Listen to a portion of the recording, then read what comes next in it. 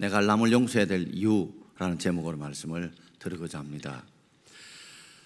설교하기 전에 최용덕 씨가 작사 작곡한 오늘 이제라는 노래가 있습니다. 자막을 한번 띄워주십시오. 그냥 우리 같이 한번 불러봤으면 좋겠습니다. 내가 먼저 손 내밀지 못하고, 내가 먼저 용서하지 못하고, 내가 먼저 웃음 짓지 못하고 그냥 머뭇거리고 있네. 그가 먼저 손 내밀기 원했고, 그가 먼저 용서하길 원했고, 그가 먼저 웃음 짓길 원했네. 나는 어찌 된 사람인가. 이런 노래가 있지 않습니까? 우리의 삶을 보면 사람과 사람이 살다 보니 여러 가지 힘들고 어려울 때가 참 많습니다. 우리 하나님 우리를 100% 다 용서해 주시고 항상 받아주시기 때문에 하나님과 우리의 관계는 정말 진심으로 얘기하면 문제가 없지만 사람과의 관계는 그렇지 않습니다. 그러다 보니 상처를 주기도 하고 상처를 받기도 합니다. 그 상처가 너무 깊어서 오랫동안 가슴에 깊은 골로 새기지기도 하고 선뿌리가 남기도 합니다. 그러다 보니 우리 마음속에 그 깊은 상처 때문에 우리 마음이 평안을 누리지 못하고 기쁨을 누리지 못하고 하나님 말씀을 들어도 들리지 않고 마음의 감동도 소멸될 때가 많고, 어떨 때는 악한 사단이 우리에게 악한 도구로 사용할 때도 있습니다. 오늘 본문은 베드로가 예수님께 나와서 내가 몇 번 용서하면 형제들을 용서하면 좋겠느냐고 당당하게 말하는 이 장면으로부터 시작합니다. 우리 21절과 22절 말씀을 함께 읽어보겠습니다. 그때에 베드로가 나와 이르되 주여, 형제가 내게 죄를 범하면 몇 번이나 용서하여 주리이까? 7번까지 하오리이까? 예수께서 이르시되 내게 이르노니 7번뿐 아니라 7번을 70번까지라도 할지니라. 베드로가 주여, 형제가 내게 죄를 범했다면 내가 몇 번이나 용서하면 되겠습니까? 자기가 대답을 해놓고 아주 예수님의 칭찬을 들을 줄 알고 제가 그럼 7번까지 용서해 주면 되겠습니까? 하고 했더니 예수님께서는 7번에 70번, 7번에 70배까지 용서해 주라고 말씀하셨습니다. 이 말은 용서는 무제한이고 언제든지 용서해야 되고 용서 못할 이유가 없고 항상 남을 용서해 줘야 된다는 말씀을 우리에게 주고 있습니다. 오늘 본문에 보게 되면 두 비유가 나옵니다. 하나는 1만 달란트의 빚을 진 사람의 비유가 나오고, 또 하나는 100데나리온 빚을 진 사람의 비유가 나옵니다. 이 비유를 통해서 우리가 왜 남을 용서해야 되느냐, 그 이유를 우리에게 말씀해 주고 있는데, 먼저 우리가 이 달란트하고 데나리온을 비교하려면 그 수치를 좀 알아야 될 것 같습니다. 이 데나리온이라는 것은 데이에서 출발했죠. 그래서 이 데나리온은 하루, 데이에 일을 했던 노동자의 품삯이 1데나리온입니다. 그럼 1달란트는 얼마냐? 6천 데나리온입니다. 6천일 동안 노동자가 일을 해야 얻을 수 있는 돈이 1달란트입니다. 그렇다면 1만 달란트 같으면 6천에다 만점 한 붙이면 됩니다. 1만 달란트는 얼마예요? 6천만 데나리온입니다. 6천만 데나리온 빚진 자와 그리고 100데나리온 빚진 자를 오늘 비교하면서 왜 우리가 남을 용서해야 될 이유를 우리에게 말씀해 주고 있습니다. 크게 두 가지로 말씀을 드리고자 합니다. 첫 번째는 1만 달란트 빚의 의미입니다. 이것은 내가 하나님 앞에 지었던 죄에 대한 빚을 이야기하고 있습니다. 오늘 26절 말씀을 우리 함께 읽겠습니다. 그 종이 엎드려 절하며 이르되 내게 참아주소서 다 갚으리이다 하거늘. 이 1만 달란트 빚진 자가 임금에게 1만 달란트 빚을 졌는데 갚지를 못했습니다. 임금이 그럽니다. 모든 걸 다 팔아서 갚으라 라고 하지만 갚을 능력이 안 됩니다. 그래서 1만 달란트 빚진 자가 임금에게 엎드려 절하면서 내게 참아 주십시오. 다 갚으리이다. 다 갚으리이다. 그런데 다 갚을 수 없는 빚입니다. 왜냐하면 1만 달란트는 6천만 데나리온이기 때문에 그렇습니다. 하루 일당을 5만 원 치면 6천만 곱하기 5만 원 하면 약 3조 원의 돈이 나옵니다. 도저히 사람의 힘으로 갚을 수 없는 빚이에요. 이게 바로 임금, 우리 하나님 임금 되신 하나님 앞에 우리가 다 지은 죄의 빚입니다. 그러자 주인이 임금이 이렇게 이야기를 해줍니다. 아주 반가운 소식이죠. 27절입니다. 같이 읽읍시다. 그 종의 주인이 불쌍히 여겨 놓아 보내며 그 빚을 탕감하여 주었더니 아멘. 이게 빚이라는 이 헬라어 단어나 죄라는 단어나 그 어원이 같습니다. 그러니까 여기서 죄라고 하는 것은 우리가 주님 앞에 진 죄의 빚을 말합니다. 우리가 지었던 죄의 빚이 1만 달란트가 되는데 그 빚을 주인이 탕감해 주었다. 이 탕감이란 말은 포기했다는 겁니다. 받기를 포기했다는 겁니다. 무엇 때문에요?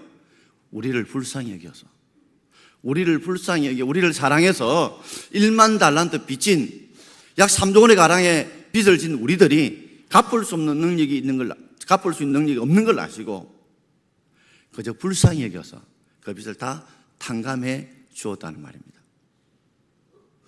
사람들은 참 이걸 모르고 살아가는 것 같습니다. 우리가 하나님 앞에 얼마나 큰 죄를 지어 있고 그리고 그 빚이 얼마나 크다는 것을 우리는 참 모르고 살아가는 것 같습니다.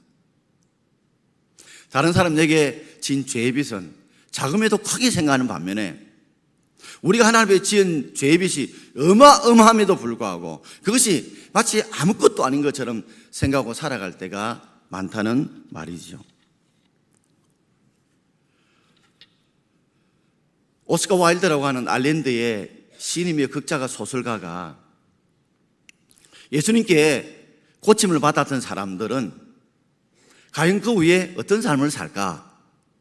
이걸 상상을 통해서 그가 소설을 지었습니다. 그 내용 중에 이런 내용이 나옵니다. 하루는 예수님께서 길을 걸어가시는데 알코올 중독자를 만나게 된 겁니다. 보니까 낮에 이거예요. 이전에 당신 다리를 절던 사람 아닌가? 예, 맞습니다.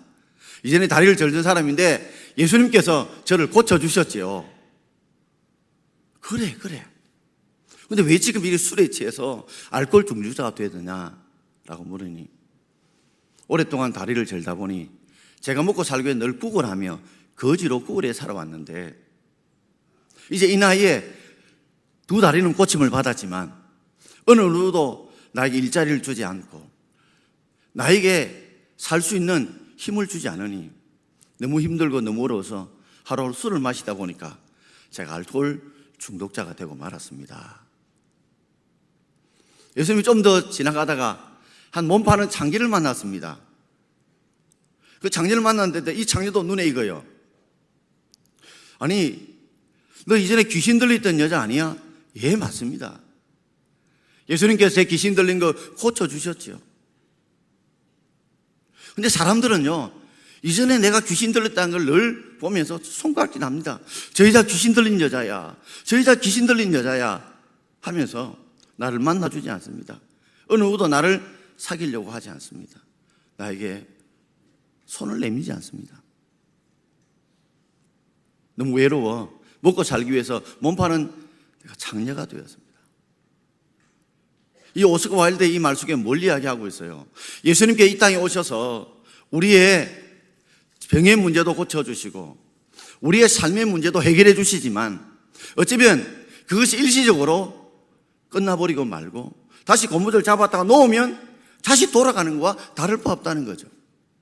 우리가 주님 앞에 많은 복을 받았습니다. 많은 은혜를 받았습니다. 그런데 어느 날 그 감동이 아주 희미하게 빨리 싸그라들고 만다는 거예요.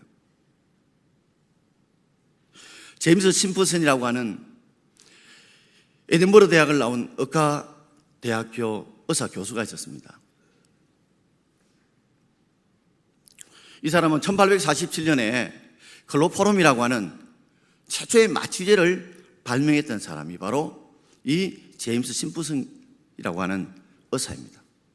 그가 이 어떻게 마취제를 발견하게 됐냐면, 그 성경을 읽다가 창세기 2장 21절에 하나님께서 아담을 깊이 잠들게 하시며 아담이 잠드니 하나님께서 아담의 갈빗대 하나를 취하여서 그리고 하와를 만들고 그 갈빗대에다가 살을 채워 넣었더라 하는 것을 그저 예사롭지 않고 하나님께서 어떻게 잠들게 하셔가지고 갈빗대를 떼냄에도 불구하고 통증이 없었을까? 고통 없이 잠들 수 있을까? 그게 영감을 받고 기도하고 준비하다가 1847년에 크로포름이라고 하는 마취제를 처음 발견해서 우리 모든 사람들이 외과 수술할 때에 그 고통과 통증 없이 수술할 수 있고, 그러므로 많은 사람들이 더 많이 살 수 있는 길을 열어준 사람이죠. 그러니까 정년 퇴임을 하면서 마지막 강당에 사람들을 모아놓고 이제 마지막 강연을 하게 되었습니다. 하고 난 뒤에 한 기자들 그리고 학생들이 많이 모인데 질문이 들어왔습니다. 제임스 심프슨 교수님, 당신이 이 땅에서 가장 위대하게 발견한 것이 무엇입니까? 많은 사람들 그렇게 생각했대요. 마취제 발명한 것, 클로포름 발명한 것, 그것이 가장 위대한 발명이라고 말할 줄 알았는데 그분은 그렇게 말하지 않았어요. 두 가지를 말했습니다. 내가 죄인인 것과 예수 그리스도가 내 죄를 용서하신 구세주라는 사실을 발견한 것, 이것이 나의 최고의 발견이요 최고의 발명이다.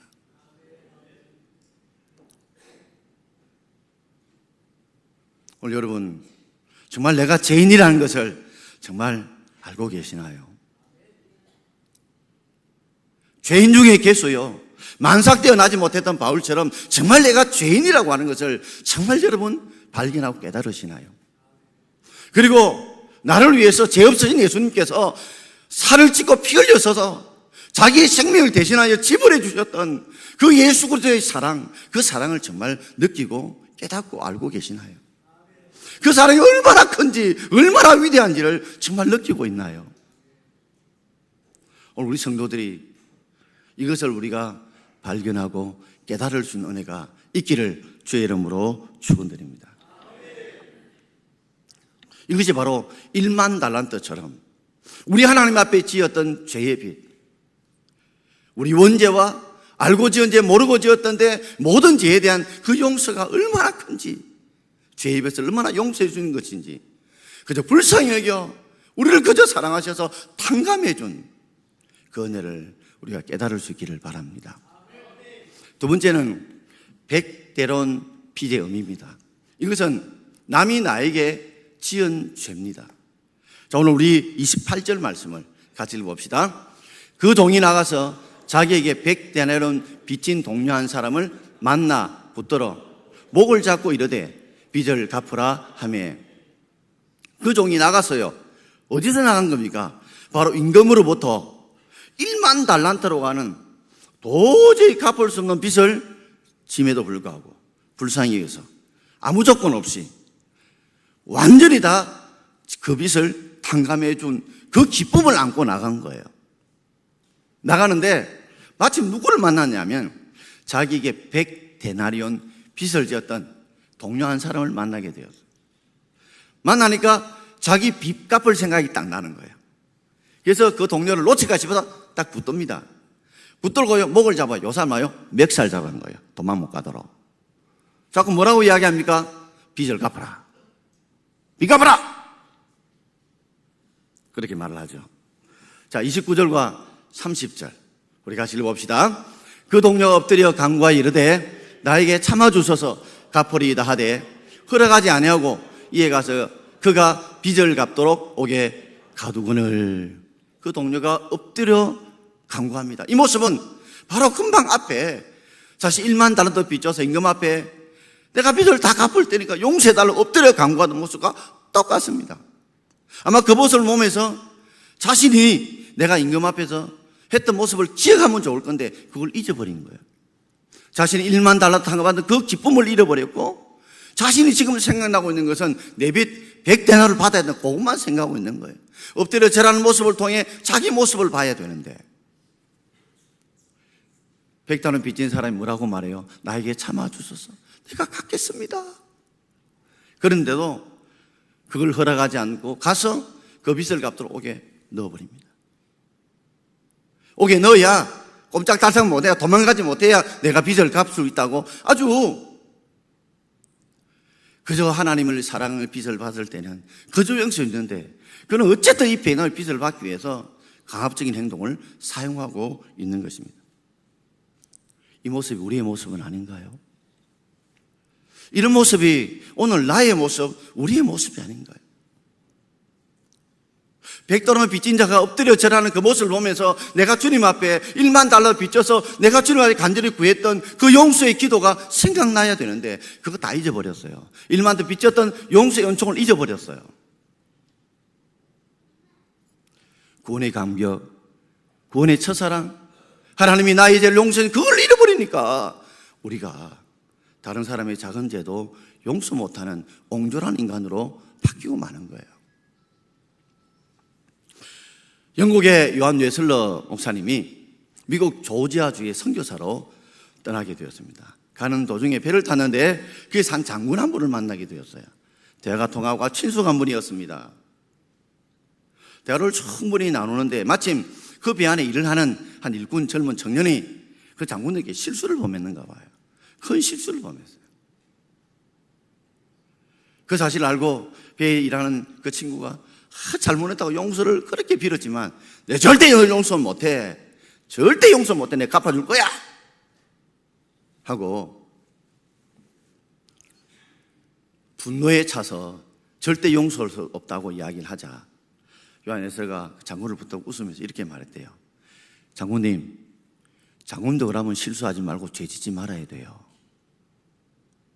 당신은 죄 지으면 하나님께 용서해달라고 기도하면서 다른 사람이 용서해달라고 매달리면서 어떻게 당신은 저 사람이 잘못해서 저렇게 비는데 왜 용서 안 해주느냐.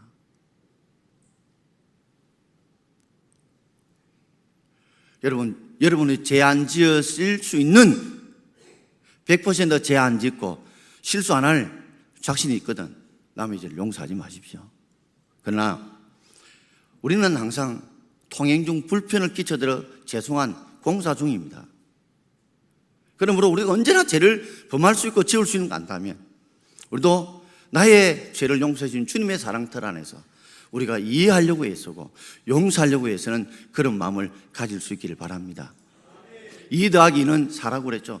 이해하고 또 이해하면 사랑하게 되고 5 빼기 3은 2입니다. 오해되는 문제도 세 발짝 물러서서 그 사람 입장에서 세 번만 생각하면 이해가 될 수 있다고 했습니다. 오늘도 우리 삶에 다시 한 번 더 이런 사람들을 사랑해주고 용서하는 은혜가 있기를 바랍니다. 100데나리온 빚진 자가 감옥에 갇히는 모습을 보고 그 뒤에 사람들이 동료들이 보고 임금에게 쪼로 달려갔습니다. 임금님, 그 1만 달러 빚진 사람가 지금 100데나리온 빚진 자기 친구를 그렇게 살려달라고 그렇게 간구함에도 불구하고 감옥에 쳐넣었습니다.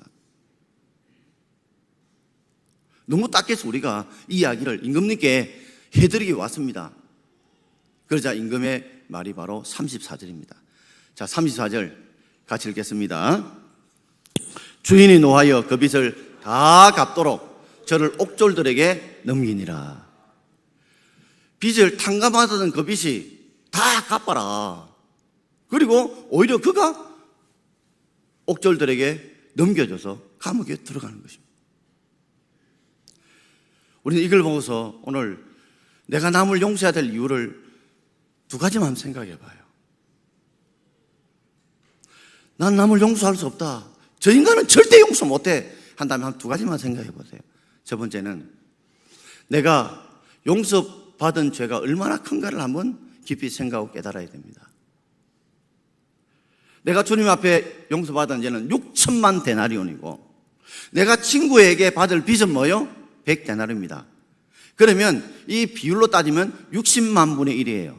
자, 더 쉽게 말하자면 100원짜리 하나하고 여기에 6천만 원하고 있다면 이게 비교가 됩니까? 100원 빚진 거하고 6천만 원 빚진 거하고 비교가 되나요? 우리가 하나님 앞에 용서받은 그 죄는 6천만 원 되는 엄청난 빚임에도 불구하고 꼴랑 200원 빚진 자를 용서하지 못한다면, 그 말은 바로 우리가 하나님 앞에 받은 그 죄 용서의 빚이 얼마나 큰가를 우리가 깨달아야 우리 형제의 죄를 용서하게 될 줄 믿습니다.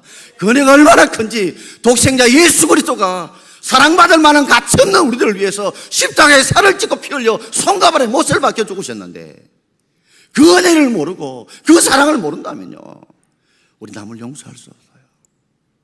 그분의 그 첫사랑, 그 감격이 우리에게 회복되게 해달라고 기도할 수 있는 저와 여러분 되길 바랍니다. 또 한 가지는 바로 내가 지은 죄를 용서하지 못하면요, 내 죄도 용서받을 수 없다는 사실입니다. 오늘 35절의 결론을 주님이 확실히 이렇게 말씀하고 있죠. 35절 같이 읽읍시다. 너희가 각각 마음으로부터 형제를 용서하지 아니하면 나의 하늘 아버지께서도 너희에게 이와 같이 하시리라. 얼마나 무슨 말입니까? 주님 농담으로 하신 말씀이 아니에요. 농담으로 하신 말씀이 아니에요. 이건 하나님의 말씀이에요.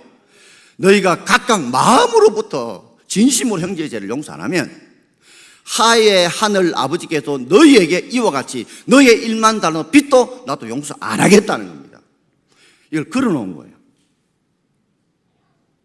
네가 만약에 너희의 1만 달러 빚이 용서받길 원하냐? 그럼 100대는 용서해라. 이 말은 그만큼 100대의 죄를 용서하기가 쉽지 않다는 말입니다. 그래서 하나님이 이게 걸어놓은 거예요. 네가 정말 용서하고 싶은 마음이 없고 억울하고 분하고 싶어도 네 빚을 생각해서 네가 용서받은 빚이 탕감받기 위해서 억지로라도 너가 100대를 진 자를 용서해라는 말이에요. 우리가 주기문을 할 때 가시 같은 구절이 있죠. 뭡니까? 우리가 우리에게 죄 지은 자를 사하여 준 것 같이 우리 죄를 사하여 주옵소서. 우리 분명히 그렇게 기도했습니다. 불렀습니다. 우리가 우리에게 죄 지은 자를 사하여 준 것 같이. 만약에 사하여 주지 않았다면 주기도는 부를 수 없죠.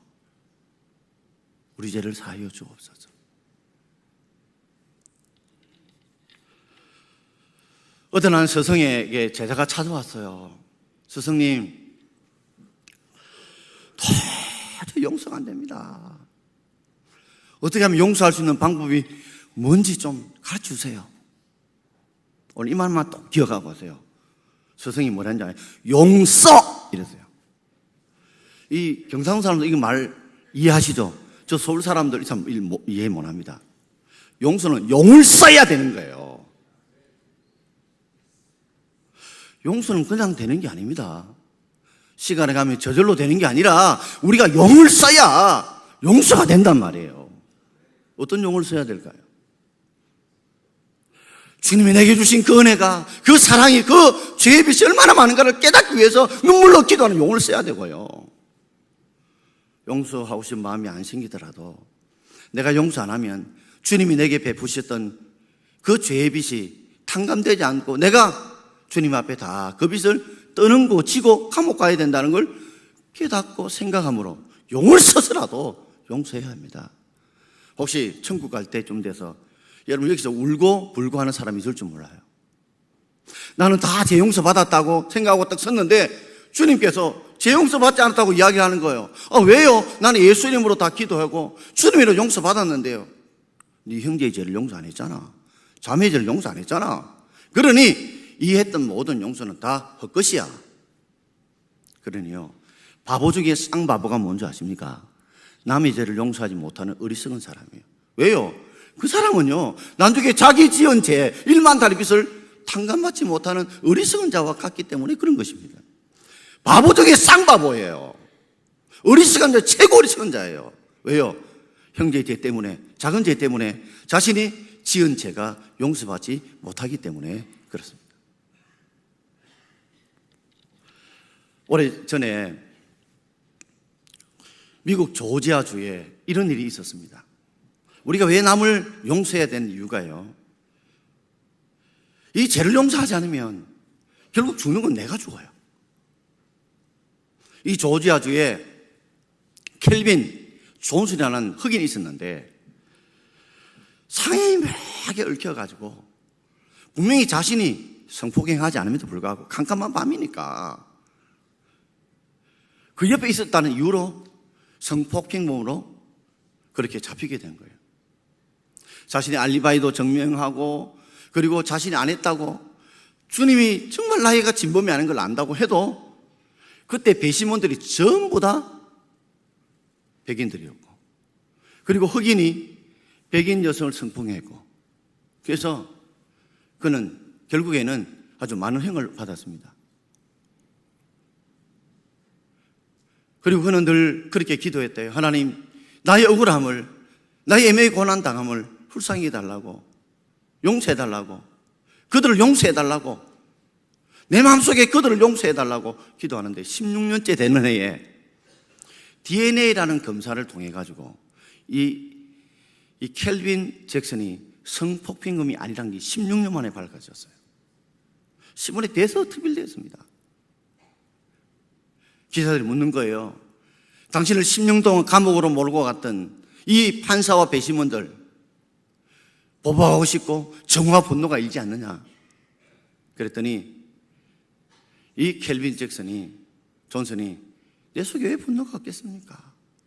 내 왜 속에 정의가 없겠습니까? 그러나 그런 정의와 분노를 담아두면 내가 죽습니다. 이걸 버려야 내가 삽니다. 나는 내가 살기 위해서 이걸 하나님 앞에 기도하면서 다 버리려고 애를 씁니다. 그리고 지금 필요한 것은 내가 살기 위해서 일자리를 구하는 것입니다. 우리가 용서하지 못하면 결국 자기가 죽는 겁니다. 마치 우리가 용서 안 하면요, 이 쇠에다가 조그만 녹이 하나 들었어요. 그럼 그걸 계속 두면 어떻게 해요? 나는 전체 철이 다 부식되고 맙니다. 마치 용서 안 하는, 작은 죄 용서 안 하면요, 뚝에다 구멍 하나 조금이 뚫혔어요. 손가락 하나 구멍 하나 뚫히면 나중에 어떻게 돼요? 이 뚝 전체가 무너질 수가 같다는 말이에요. 오늘 우리가 용서해야 될 이유는, 오늘 성경에서 우리에게 말하는 것은 우리가 얼마나 큰 은혜를 받았다는 깨달아야 되고, 우리가 용서할 수밖에 없는 이유는 그래야 우리 죄를, 형제를 용서해야 우리 죄까지도 온전히 용서받을 수 있다는 것 때문에 우리가 용서해야 되지만, 그러나 더더욱 우리 자신의 평안을 위해서, 우리 자신의 마음의 위로를 위해서, 우리 마음의 건강을 위해서 우리가 용을 써서라도 우리가 용서할 수, 은혜를 달라고 기도하고, 또 그렇게 또 용을 써서라도 용서할 수 있는 그런 마음들이 여러분께 있기를 바랍니다. 거기서 더 나아가서 이렇게 했으면 더 좋을 것 같아요. 좀 사랑할 수 있다면 얼마나 더 좋을까요? 저는 끝으로 이야기를 드리고 마치고자 합니다. 어느 내부만에 신병 하나가 훈련을 마치고 오면 이 불 다 끄고 나면 무릎을 꿇고 기도하고 자는 겁니다. 고참 하나 보니까 진짜 꼴스러워서 못 보겠다는 거야. 그래서 하루는 목화를 잡아가지고 기도하는 그 신병에다만 잡아 던져본 거야. 푹 하는 소리 나고, 그런데도 불구하고 신병은 그대로 기도하더라는 겁니다. 그러다가 잠이 들었어요. 아침에 보니까 고참병 그 던진 그 고참이 구다가 반짝반짝 빛나게 닦아놓았다는 겁니다. 그럼 누가 닦아놓았나 보니까 그 아까 기도하다가 이 구돛발 워커발에 맞았던 그 친구가 닦아놓은 거예요. 그 신병이 닦아놓은 거예요. 그래서 고참 마음이 무너지게 됐다는 거예요. 저가 믿는 예수라면 나도 믿고 싶다는 거예요. 여러분, 우리가 용서에서 뛰어넘어 그를 사랑할 수 있는 마음까지 가질 수 있기를 주의 이름으로 축원합니다. 우리 주님이 그렇잖아요. 우리가 은혜를 못 받았으면 못하지, 우리 힘으로는 못하지. 그러나 우리 하나님 우리 은혜 주시면 우리 용서를 뛰어넘어 사랑까지도 할 수 있게 될 줄 믿습니다. 사람 힘으로 할 수 있는 게 아니에요. 말씀 마치고자 합니다. 오늘 우리가 1만 달러도 빚졌다는 것을 정말 여러분 깊이 깨닫는 은혜가 있기를 바랍니다. 그 죄빚이 얼마나 크고 얼마나 큰지를 다시 한번 깨달을 뿐만 아니라, 내가 이 형제의 작은 죄를 용서 안 하면 결국에는 나의 빚 탕감받은 것들도 다 주님께서 다 토해내게 만드십니다. 얼마나 바보예요. 얼마나 바보예요. 얼마나 바보입니까? 왜 바보 같은 짓을 해요? 그리고 우리가 용서해야 우리 마음에 힘이 있습니다. 우리 마음에 평안이 있습니다. 우리 마음에 위로가 있습니다. 그 분노를 가지고 용서 못하는 쓴뿌리를 가지고 있으면 말씀이 안 들려요. 기도가 안 돼요. 찬송이 안 나와요. 앉아서 예배 드릴 뿐이지 마음은 저 딴 곳에 가 있어요. 하나님이 복이 임하겠습니까? 하나님의 역사가 임하겠습니까? 뛰어넘어서 그런 자까지도 사랑할 수 있는 그런 마음들이 있기를 주님 앞에 기도하면서 그런 마음을 주시기를 주의 이름으로 축원합니다. 기도하겠습니다.